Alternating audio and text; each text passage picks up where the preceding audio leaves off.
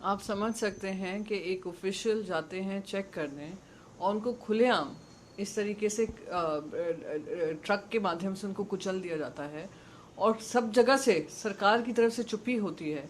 ये तो बेहद ही दर्दनाक है और दिखाता है किस तरीके से ये पूरा माफिया जो बना हुआ है उसको काबू में लाने के लिए हरियाणा की सरकार फेल हो चुकी है।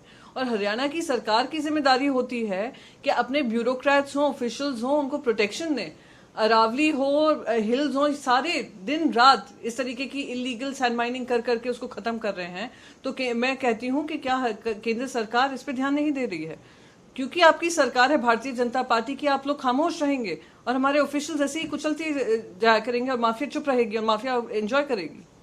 मैम, क्या आप मानती हैं जो कहा जा रहा है एकनाथ शिंदे के साथ हैं और नेता जो है वो राहुल सेवाले गुट को मान्यता देने की बात की गई? देखिए, केंद्र सरकार के माध्यम से जो सेंट्रल एजेंसीज का इस्तेमाल कर कर, आर्म ट्विस्ट कर कर महाराष्ट्र की सरकार गिराई है।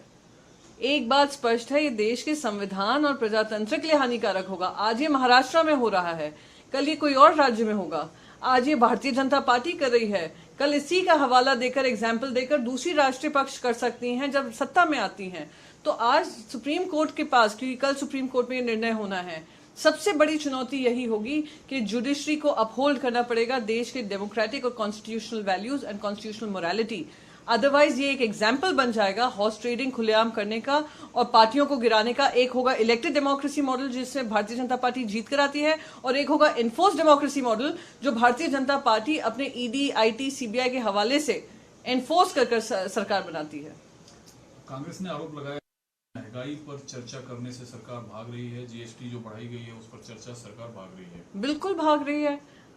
आज सरकार को क्या दिक्कत हो गया? आप एब्सोल्यूट मेजोरिटी में हैं, आप राज्यसभा में भी हैं, आप लोकसभा में भी हैं, आप एब्सोल्यूट मेजोरिटी में हैं। आपको क्या दिक्कत है कि अगर विपक्ष कहता है इस पे चर्चा हो जाए, आप कुछ हमारी सुन लो, कुछ हम आपसे सुन लें, पर देश की जनता के सामने सच्चाई तो जाए।